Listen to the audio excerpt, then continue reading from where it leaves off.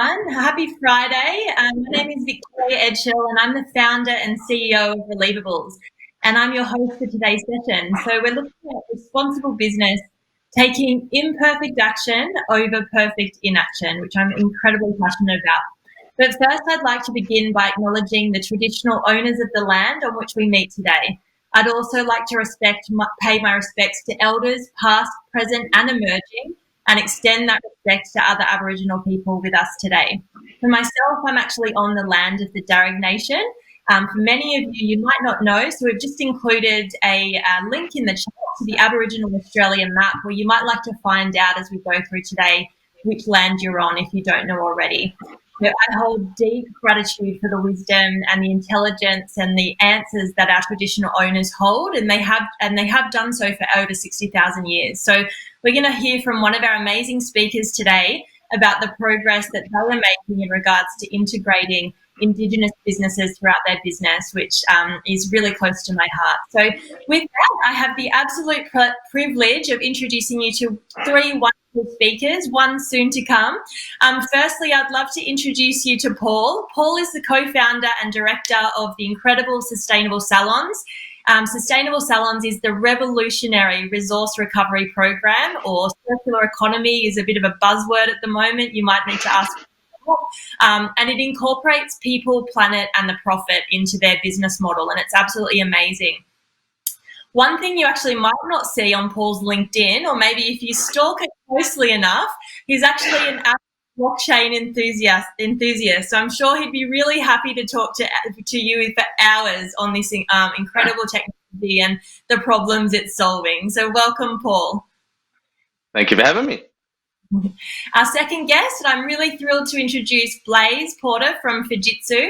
So Fujitsu, you would all probably know, it's the global service provider of business, IT, and communication solutions. And as director of responsible business, which I absolutely love your title, Blaise. As soon as I saw that, like the first time, I was like, that's amazing. Blaise looks after their sustainability, community, and First Nations programs in Australia and New Zealand. Something that you probably won't find on Blaise's LinkedIn and something that we bonded over, is our attempt during COVID to green our thumbs. And I think she's a little bit more successful than me. She's the resident which is quite a feat. So thanks, Blaise. Welcome today. Thank you so much. Great to be with you, Victoria, and great to join the panel today. Amazing. So we actually have Justin joining us from Mark Lawyers, but I'll leave his introduction for a little bit later. And so we also have, you may see here as well, that we have another screen up, and we've got the amazing Kath from Catfish Creative, who will be live illustrating the session and all of the messages. So if you'd like to receive this and any resource links that we share today, please head over to our website, relievables.com, or send us an email at hello@relievables. So I'm really excited to get into our session focused on responsible business and the importance of businesses, all of us, taking action and taking imperfect action, because none of us are perfect. Relievables is a responsible business platform, and we help businesses do that. So we help them take action, manage and report on their impact-related activity. So it's something we're really passionate about. And over the last few years, speaking with hundreds of businesses, it was really apparent to us that there's such a hesitancy in businesses, but there's such a need and a request from customers, investors, and employees to really take this on board. So the three main kind of barriers, I guess, we saw was, one, businesses are not really sure how to act or where to start. They're really terrified of getting it wrong or not meeting their metrics and getting even more backlash, which is what we're going to focus on today.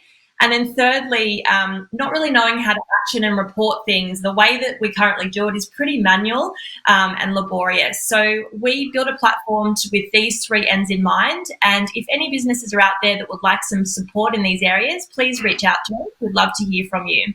But today, what we're focusing on is businesses taking action. Particularly at the moment, there's so many issues we are all facing, from COVID to bushfires, racial inequality, data privacy, you name it, we're facing it. 2020, we've survived this far, guys. And it is completely understandable that businesses feel a bit like rabbit in the headlights. So the most important thing is for us to all act and to be moving the dial forward. And the thing that we're really passionate about is businesses are just made up of humans, and we're all fallible, we all make mistakes, and we all need to pick ourselves up and move forward. And businesses need to do that as well. We need to get better at being okay with making mistakes and being okay with picking ourselves up and facing, a bit of challenge and then pushing ourselves forward. And customers, investors, employers, all are much more loyal to businesses to do that. So with that in mind, I'd love to pan over to the guests and ask them a bunch of questions. As you probably would have seen, there is a chat box there. Throw any questions in there and we'll try and get over to those. But Paul, I'd love you to introduce Sustainable Salons, who you are and why do you exist? Who do I, why and I exist? Yeah, it's a good question. So maybe to first explain Sustainable Salons in a nutshell, we are a comprehensive resource recovery service. We're designed specifically for the salon environment. We reward our members for being part of the program, and everything that we collect out of salons then gets redirected back into local communities and charitable sectors. So to break that down a little bit further, is that we offer the most comprehensive recycling service to salons that they've ever seen, which is it's an 8-bin infrastructure that goes inside their salons, and we offer a door-to-door pickup service across Australia and New Zealand through a fleet of our vehicles that go to all these businesses. On top of that, we're exclusive just to the salon industries, so we service hair, beauty, dog groomers, we've got dermal clinics, beauty salons, so pretty much everything in that salon space. What makes us unique there is we can be very targeted with our messages and we don't have to become like the GP. And I think that's something to be said when you are trying to get off the ground, is making sure you are targeted, because it's much easier for your communications. We offer a very unique rewards program. It's not just like any rewards where you just go and get, your iPhones and headsets and all that. Everything in our reward store, it's about lifting them up to a higher level of sustainability. And usually it's much easier to do through rewards than it is through sometimes physical dollars, because when you go in the store, you're like, I would love to get the more sustainable choice, but it's too expensive. Well, we make it really easy through this platform where it's just like, give me that, that's the best, and it's really good. So we really elevate salons in that space. And then really the exciting part to Sustainable Salons is what we do with all the materials and where it all goes and what type of problems are we solving. And that's what I'll get into a little bit more. But basically, all the materials that we collect is then connected to solving an issue. And I'm really excited to get into that and let you know of some of the programs that we do. Amazing. And I remember remember meeting Paul at a Planet Arc event, and he was up there with his amazing hair. No wonder you're a hairdresser. It's not real. Yeah. And giving incredible examples of what they were doing, and it really is revolutionary. So yeah, really happy to have you on board. So we're focused obviously on businesses taking imperfect action and being more responsible, and it's really hard for them to know where to start, or they might be really scared. So what's an example for Sustainable Salons? I mean, you've got many, but an initiative where you feel like you started off imperfectly, just trying to solve the problem, but through consistently taking steps, you ended up making inroads and creating significant impact. What are some of those initiatives? Well, let's go to the biggest one, right? That's everyone's trying to solve: plastic, right? Plastic is just that one where it's just like, what's the answer, And I can't tell people enough, really how we had to approach plastic was we had to really understand where the problems were at. And one of the biggest problems we found straight away is we found it in the yellow bin infrastructure. It was, when you actually look at the history of a yellow bin infrastructure, it was really firstly came from the waste industry, which had the red bin. And then you saw this yellow bin, which was kind of then said, okay, well, you guys do the red bin. Why don't you do the recycling too? So then here we are. We've got the guys that really weren't really, let's call, recyclable people wanting to get into this business and kind of forced to do it. And then you dig a little bit deeper and you're like, well, wait a second. This bin is actually being designed for residential, not for small business. And then it's funny, once you start breaking it down, you're like, well, this is actually not a really good alternative for people. How can you recycle in here? Because it's then going to get highly contaminated and get difficult at the other end. So we really had to understand about the separation process from the environment of where it's coming from. That is key. So once you do that, you can really do amazing things. So I just want to give an example of one of those today, of what we did here, is we don't just see it as recycling. We see it truly as a business model first. We want to find out what's the business model we can find out of this so we can drive it, because we don't just want to recycle it. We want to produce a product, and then we want to solve issues with that too. So one of the examples of that is where we do collaborations. We do multiple collaborations with different organizations now, but one of those was with Dresden Optics, which is an eyewear company. And basically we came to them and said, well, would you guys be interested in working with our plastics to produce a product range, which we'll happily buy back and sell to our members and really create the circular economy? And of course they're like, yep, that sounds awesome. So to fast forward a little bit here and to show you the end result is we ended up calling it the shampoo collection. So a pair of glasses, very simple eyewear, but basically we've got them in all different designs now, sunglasses, you've got your reading glasses and so forth. And really, when people say to me, how did you do this? And how did you do it all in Australia? I thought you have to go to China and travel to do all this. I said, well, once you break it down and look at what you've got to do here, it's not that complicated. First of all, the shampoo bottles that we collect, we had to go through the washing process and get the labeling off. Then we realized we had a pelletizer not far away from us, so we then got to send them to a few tons over of bottles over to him to pelletize. And of course, Dresden had their molding machine here in Sydney. So in just 2 states of Australia, we got to collect the bottles, do the pelletizing, and then produce the product, and then proudly say a fully Australian-made eyewear made from shampoo bottles from our salons. Now, you're taking essentially what is a zero commodity, because the commodity of trying to sell plastic is really tough, especially when you're not dealing in high volumes and quite contaminated. But what we realized is we're not in that game. We're in the micro game. So we can deal with this type of washing process. We got it done, and we could turn let's call it a 1 cent bottle. That's being very generous. A 1 cent bottle, which is worth nothing, into $100 pair of glasses. Now, when you produce then 5,000 pairs of these glasses, there you go. You've got a $500,000 business model of producing the eyewear. And the best part is we're not in the business of now selling glasses. We're in the business of selling the story of the glasses. Because people aren't going to be like, oh, I have to have those glasses. But they do have to have the glasses with that story. Because that's what they want to tell all the friends, right?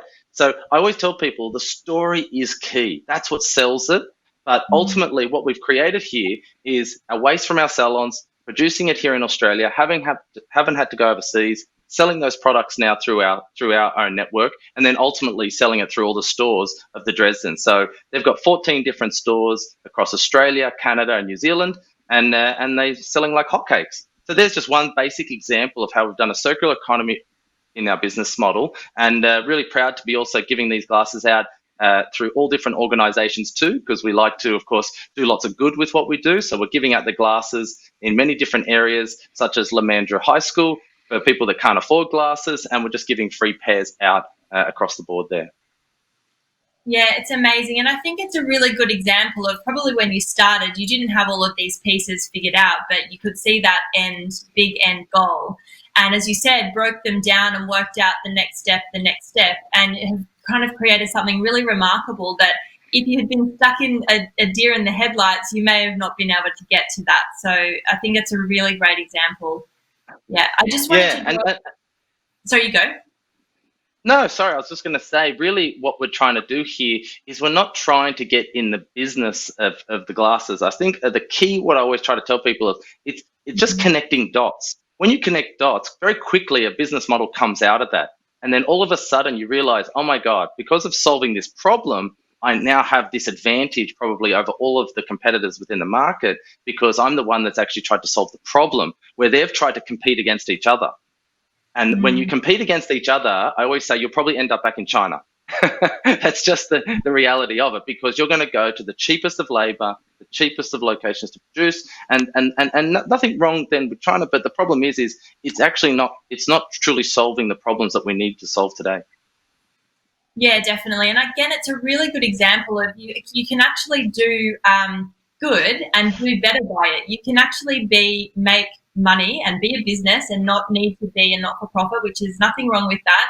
But in in a capitalist economy, you're able to solve problems and do business, which is what we're really passionate about. So thanks, Paul. We'll come back to you at the end. But I just wanted to draw your attention, if you hadn't already seen it, in the chat, we've got all the places that you can see a little bit more about Paul, and also Sustainable Salons. We touched on the Dresden glasses, but there's also a video on ponytails as well, which is a very really inspiring story. So please look at that. There you go. Got all these props. I love it. So over to you, Blaze. So Fujitsu has had quite a broad and extensive responsible business strategy, and I love seeing all of the announcements of Fujitsu across quite a broad range of things. But as a large business, how do you begin to balance between, setting ambitious targets, because you obviously want to move the needle forward, we all do, and being able to deliver on the targets you set, which is really important to any business and the customers and stakeholders that you work with? I think that's really key. And I think, the ability to deliver comes from the ambition. So like Paul said, kind of once you have set that thing where you say, okay, we're going to get to zero waste, we're going to solve this particular problem, you'll look for the solutions to help you get there. By setting that ambitious goal, by telling people about it, by telling the story, you'll get people in, to your network who want to collaborate with you, who want to help you solve your problem. And sometimes that can just be, really serendipitous. So I always tell the story of our Digital Owl project, which is a great project that we've done with the New South Wales Government Saving Our Species program. So in New South Wales, we've got about 1,000 endangered species, which is an extremely confronting number. That's just in New South Wales. And so Saving Our Species, that's the government program to try and, help these endangered and threatened populations. And was another member of Fujitsu in the back of a taxi, kind of going home from a sustainability event with somebody from the New South Wales government who said, we're just, launching this new program and it'll be really good and we're looking for partners. And, do you think there's any way that technology could kind of help us look for endangered species and help us solve this problem? And it took a couple of months and a couple of goes, but eventually we got to a solution where we went up to the Hunter Valley, flew a drone over the Goulburn River National Park, and then used Fujitsu's artificial intelligence basically to analyse all the photos that the drone had taken. And then from there, we're able to pinpoint the exact populations of 2 endangered plant species from the photos. And that was literally a back of the taxi conversation. But by being out there in the space and saying, look, we've got all these technology resources, we want to use them to help solve problems that society needs to be solved, we want to do good with this, it invites people even just to have that first spark of an idea. Yeah, it's amazing. And I guess it's a really good example, big corporates, there's it's always a perception of, we can't go and ask them to be, really quickly innovative because there is such a long cycle, and it's a really good example of something that was able to be, from conception in the back of a taxi. I love that, all the way through to, finding endangered species. So that's amazing. Would you be able to talk a little bit about your Indigenous procurement achievements? Because I think that's a really great example as well of being able to integrate slowly, and something that's really hard to meet at the moment. Would love to hear more about that. So this is, I guess, almost an example at the opposite end of the scale, where it's taken us, quite a while, to really build up the momentum and identify how we were going to get to where we wanted to go. So I guess Fujitsu, first of all, is a RAP organisation. So we launched our first reconciliation action plan back at the start of 2018, and it had been developed for probably about 2 years before that. So we were kind of working on it, right? We were trying to give ourselves a head start, essentially. So we were trying to solve that procurement problem then. So we're kind of keeping going, and we're like, okay, we've got a baseline, and the baseline was less than $5,000. So the baseline was absolutely minuscule. And part of what we did was partner with the IDIC, so the Indigenous Defence and Infrastructure Consortium. So that's led by Adam Goods. So he's their CEO now in his post-football career. And they run a really great model, which is about kind of helping big companies like Fujitsu identify, where, particularly in the defence space, and Fujitsu being a supplier to defence, Indigenous business can be integrated along the supply chain. And so we'd got to a point kind of where we'd done some easy ones. So we were like, oh, great, we can do printing or premises maintenance or something like that. And then it was about, okay, well, how do we take this, to the next level, and how do we use the partnerships that we've got? And what we really realised that we should be doing was, instead of just looking in our own direct supply chain, is how do we embed Indigenous owned businesses into the service that we're providing for our customers? So in some cases, even we've subcontracted works to Indigenous business that we have the capability to do internally, because we thought, no, this is what's going to actually add a lot of depth and richness, and it's going to build a lot of capacity, for Indigenous owned business in the digital sector, which are the other jobs of the future. So I think from that baseline of $4,500, 4 years ago, we hit our first cumulative $1 million spend earlier this year, and we're going to do $1 million in the next 12 months. So we have clear trajectory to kind of what it takes us 4 years to achieve. We'll get there in the next 12 months again. And again, I think, Paul said it really clearly. It's about selling the story. So we're not in the business of, being, we're obviously not an Indigenous owned. We have a long Japanese heritage, but it's really about saying, well, to all of those people who procure internally and to all of our customers, so that they can understand why we were doing it, really why it was important, and why it was important for Fujitsu as a responsible business to kind of take this under its wing and really challenge ourselves to do more in this space. And so that's been really, really, really wonderful. And it's also about, I think, in some cases we've made some non-straightforward procurement decisions, and I think you've really had to, huge credit to our supply chain team here, because you really have to manage it quite differently. Like anything, like everybody says, if you keep doing the same things, you get the same results. So you've really got to change the way that you're doing things, the way that you're targeting people and measuring success in order to get where you want to go. And you shouldn't underestimate, I think, how much, again, businesses are made up of people, and how much all those people have to come to the party. Yeah, definitely. And I guess what we spoke a little while ago about, the difference between having a smart goal and a dumb goal. And I can't remember what it's called, but like essentially this dumb goal is that big, hairy, audacious goal as a corporate that you want to work towards. That, is a little bit scary if you don't get there. But, what else is it for other than pushing the needle forward? So is that kind of how you're approaching it within your responsible business strategy? Yeah, 100%. I love a dumb goal. So I think everybody knows the SMART goals, they're specific, measurable, achievable, realistic, blah, blah.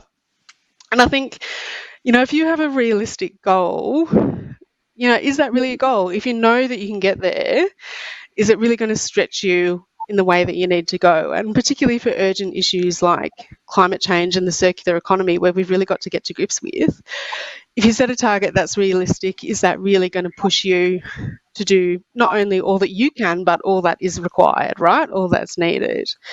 So yeah, I'm a big fan of the dumb goal personally. So it's daring, which is kind of an easy one. Uplifting, I think goals should make you feel good, right? They should be positive. The M is for massive guts, because it's going to take you, some courage. It's going to take you some effort to achieve. And the B is for behaviour, because it really needs everybody, as I said, to kind of change their behaviour and to look at the ways that behaviour needs to change to get you to your big, hairy, audacious goal. So I love a good dumb goal. You don't always meet them. And I think you touched on this in your introduction earlier, Victoria. And, and that can be really hard, I think, and that can put a lot of people off. And I'm, kind of one of nature's optimists, really, and maybe this is an innate Australian thing where I'm kind of like, she'll be right, we'll figure it out. We're all intelligent people. Let's back ourselves. And you don't always, and I think that is important to acknowledge. But if you don't stretch yourself, and if you don't take that attitude that we can go there, and we're going to try our very best, and we're going to involve our customers, and our suppliers and everybody else who's engaged with us to try and get to this best vision that we think is achievable, you'll get to some less shiny part down the road. So I think, we do have to acknowledge, sometimes we won't meet all our targets, and Fujitsu in the region has a series of 2020 targets that are coming due in the next 6 months. So, and we're not going to meet them all. We're not going to have achieved all of them. But I can look back at that and say, well, 10 years ago they thought the world was going to be different, and they thought there would be aviation biofuel and there would be all these things. So some of those predictions kind of haven't come true.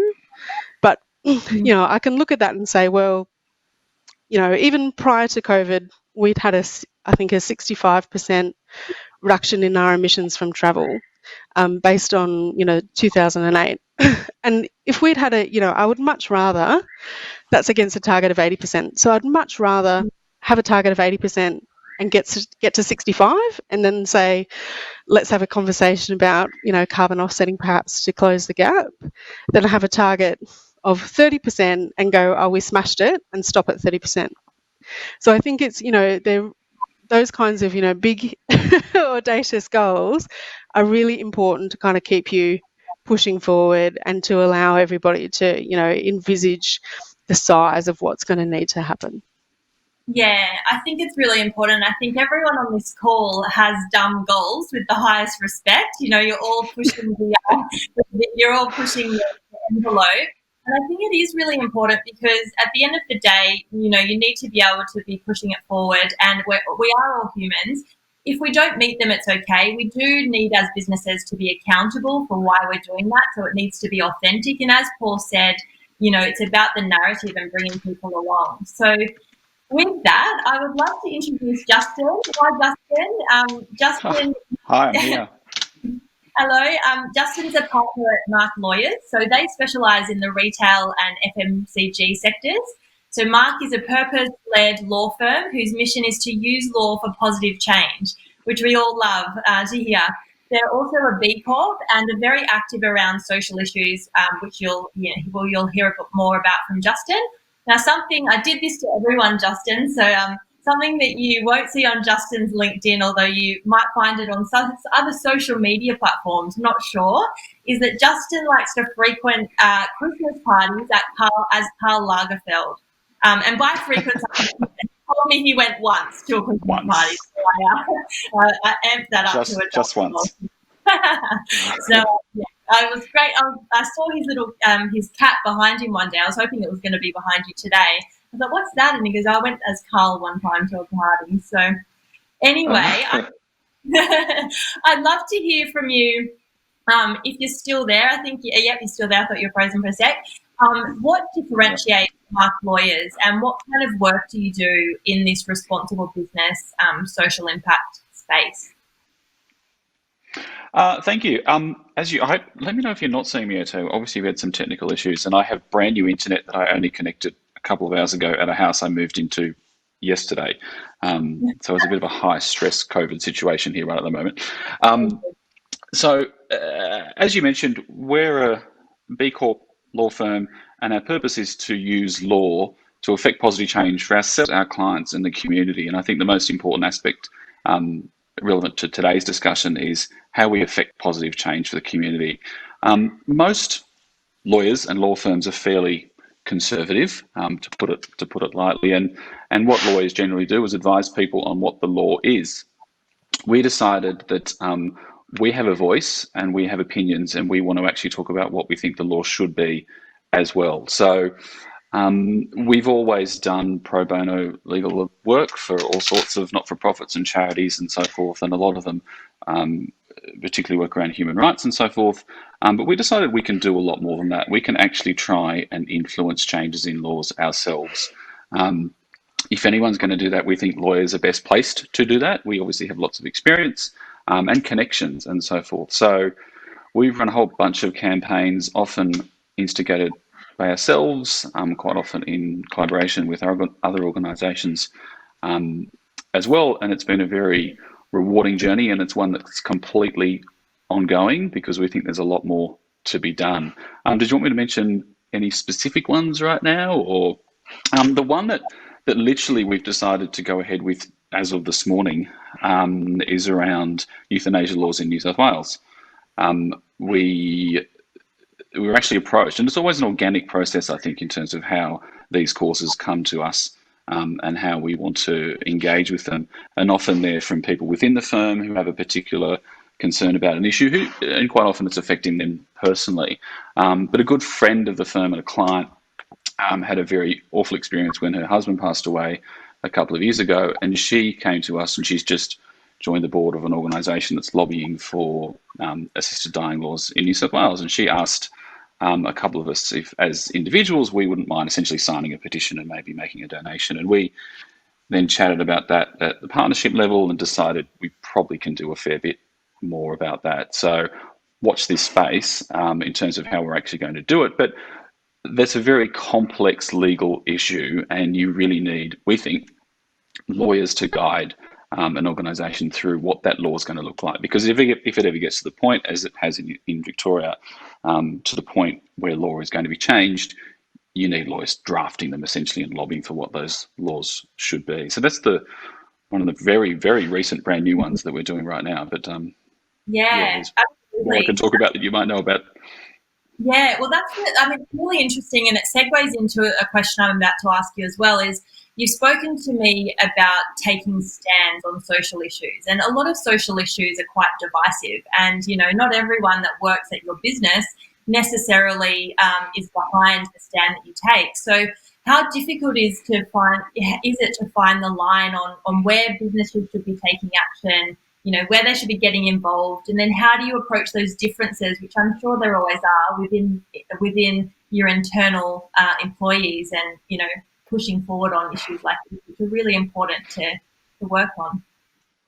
Yeah, I think it's a very interesting question. I think it's a much harder decision for, to be frank, businesses like Fujitsu or Qantas or whoever have been taken quite strong stances on social issues recently and received a fair bit of flack about it, which is really what we're talking about today. But we're 45 people, so we're quite small. But that said, there's a complete diversity of opinions, and we're made up of 45 individuals. Frankly, we need all the partners on board. There's 9 partners and we own the business, and that's something that we want to make sure that everyone's completely on board with. And then, for instance, with the issue we've just been talking about with assisted dying laws, we actually asked the entire firm, does anyone have any concerns about us taking a stance on this, because we will be quite vocal about it once we get into it. Not necessarily a right of veto, but almost to that point. If someone felt incredibly strongly about it, we would certainly reconsider the position we were going to take. Just talk about divisive issues. I mean, there's a whole bunch of things we've run campaigns around. Marriage equality a few years ago, change the date. These sorts of issues we thought would be much more divisive in the community, but we didn't get a lot of pushback from our clients and stakeholders in relation to them. The one that went completely sideways was what we thought was completely benign. And a few years ago, we decided not to hold a Melbourne Cup lunch. Fairly obvious reasons why. We have a lot of animal lovers within the firm, and in previous years, we'd always raise money to support some charities that look after racehorses or horses that have come out of the racing industry. So we always sort of had both those issues covered, but still plenty of us loved getting dressed up on Melbourne Cup Day.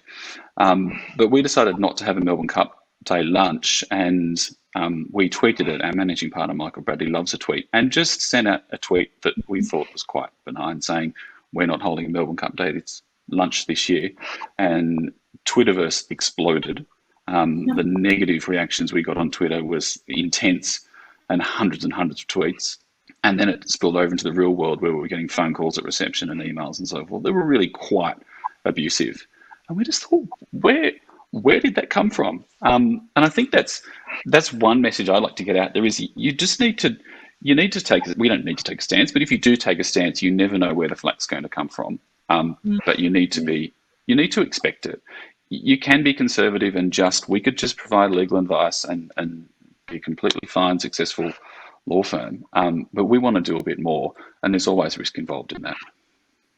Yeah, definitely. And I think that comes, as lawyers, obviously it's, the law, it's, relatively black and white. How do you deal with this whole imperfect action, because we're all taking imperfect action to try and push forward our social and environmental impact. What's your advice for businesses listening today about how to resolve, flack that may come off, or results that are not kind of met in the way that you thought they would be met?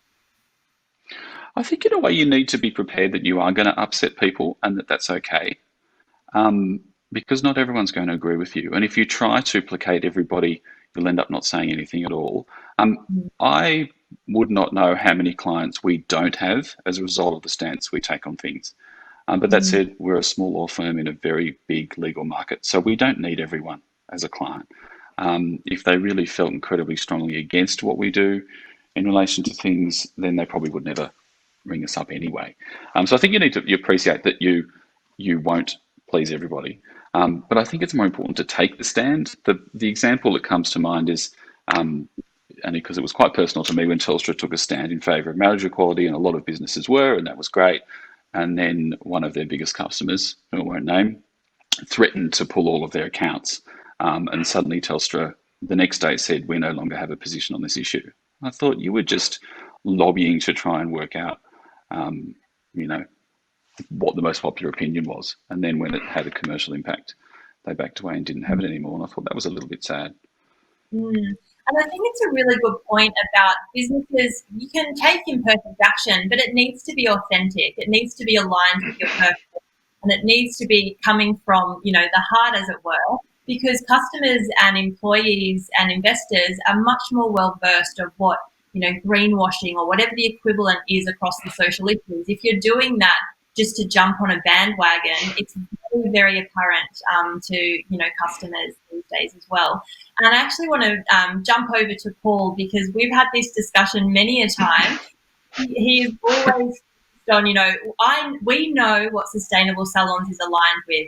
It's this purpose. So if salons are not aligned to that, I'm not going to chase them, because we know who our salons and our customers are. They are totally aligned with who we are. Can you talk a little bit more about that, Paul? Yeah, and can I even start it this way? Because most people think when we sign up a salon, they're from Newtown or they're from one of these areas. We actually have more people signed up to our program in Penrith than we do in Newtown. And I can't say this enough, it replicates right across Australia and New Zealand. And why is that? It's not because that they're greener there from the other area. It's because the way we design the program to not just focus on the environment. We focus on people, planet, and profit. So let me start in the profit side, because people always ask me, what do you do there? How is it? Because green doesn't always seem to come across as profitable. And I said, well, we actually got really good at understanding what a liberal boss owner would like, right? So most people that own small business, they tend to be liberal on the liberal side of life, right? So I thought, okay, well, this is pretty much a lot of my Italian background. If I think of my grandfather and all that, they're all these liberals, and I think, well, how would I sell it to them? And they would just say, well, sell me the business argument.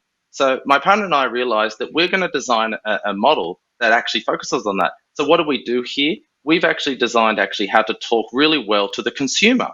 What does a salon want? Customers. So what we've got to get good at is how to drive customers in this business. So to fast forward a little bit now, we're now the #1 directory service for the salon industry, driving consumers into salons. We track at over 3,500 consumers a month now that go through our directory. We create a book now button so we can actually count the metrics and deliver those results back to the boss owner and say, okay, we brought $35,000 worth of business now back to your business this year. So signing up to a program that's only probably costing you a few $1,000s a year, it's a no-brainer, right? Even the most liberal person will say, that's it, I'm green. That's it, sign me up, right? Mm-hmm. And that's what it's all about. And I always say to people is, they want to be good. Like, it's not that saying liberal is not good. I'm just saying is that they just focus on business first. So we start in the profit. So the people, planet, and profit business model is liberal, labour, and the greens all together. So you get them all in one go. That's the glory of sustainability. And when we approach a salon owner, is we have to understand, first of all, who are you? Because you might be a people's person, like a more liberal approach. So what they want to focus on is a lot more community action. What are we doing in our area? And we have all these set design programs that drive community action. So we now provide thousands and thousands of haircuts to the homeless, refugees, through all these organized events that we put on. And again, we drive all these volunteer hairdressers, beauticians, dog groomers into these programs, and that makes them feel the value of why they want to join to such a program. And then, of course, you've got the planet, and that's the more Newtown style, where it's like it's all about green first. So we provide, of course, one of the best recycling programs that they've ever seen, because they'll never get, so we even collect hair, ponytails, chemical waste, which is a huge thing that's never been focused on before, because I don't know if for all the ladies listening, it's like hydrogen peroxides going down our drains for the last, 100 years. This is not meant to be happening. And basically, we've had to design a way how to collect those chemicals and then get them recycled elsewhere rather than going down our drains and into the waterways. So essentially what we're trying to do is actually focus on each three elements, drive that back to our customer. And again, what I was saying before is we're just connecting the dots, is actually kind of like mirroring to what our customer is wanting of us. And that's how we approach this. Because people say, oh, what is your business? And so I say, look, I don't know. To be honest, I'm just designing it to exactly the way they need it. Because people say, oh, you're a recycler. I say, no. We've even got a hashtag now, not just recycling, right? Because everyone's like, oh, you're the recycler. No, we're in a business of solving problems. And when you solve problems, actually what you become is the future of business. And you've got no competitors in this space, because I'm not going to go solve something that's already been solved, right? Yeah. So you're always at the forefront. You're a leader. Absolutely. That's amazing. Well, it sounds like you are the bipartisan organisation, the ultimate bipartisan organisation. You've got everyone on board. I love it. I even said to Scott Morrison once, I said, he's like, oh, you're that greenie that collects all the hair. And I said, do you say that to the mining industry? I said, I'm an above ground miner, Scotty, and really you have to look at it like that. What I'm collecting above ground is resources, no different than a mining institution that's just taking it from the ground.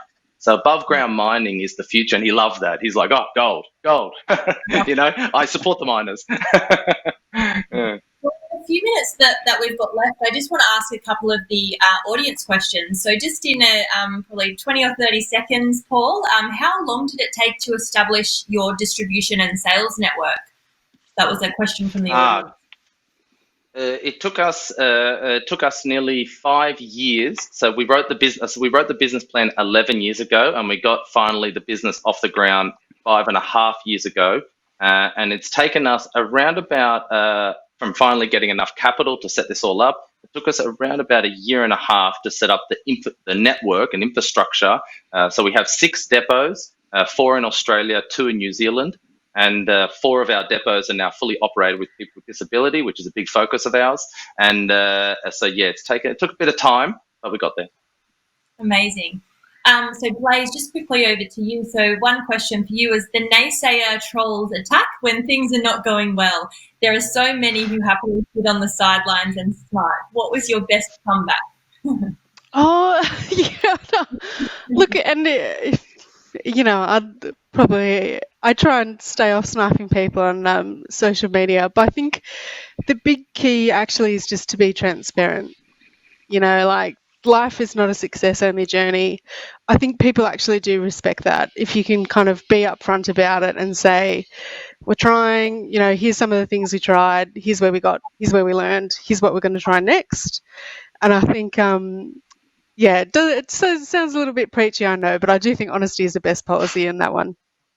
Yeah, amazing. I tend to agree with you on that one, and I think the data shows that as well.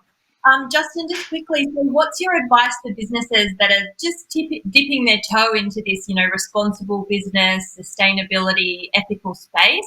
If they're a small or medium business, what are some of the actions or the first things they can start to do? I think it's a bit of a buzzword, and everyone's talked about it, but be authentic. You need to believe what you're doing when you're trying to join business and human rights. And I'm very interested in this, and I'm a big believer that business will change the world.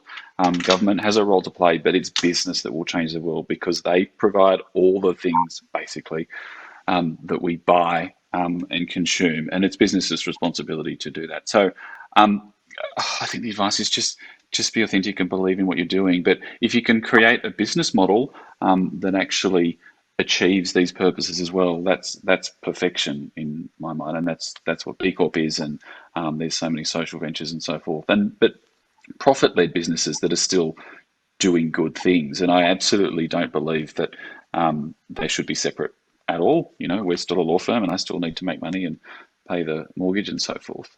So it's much harder than being a traditional business.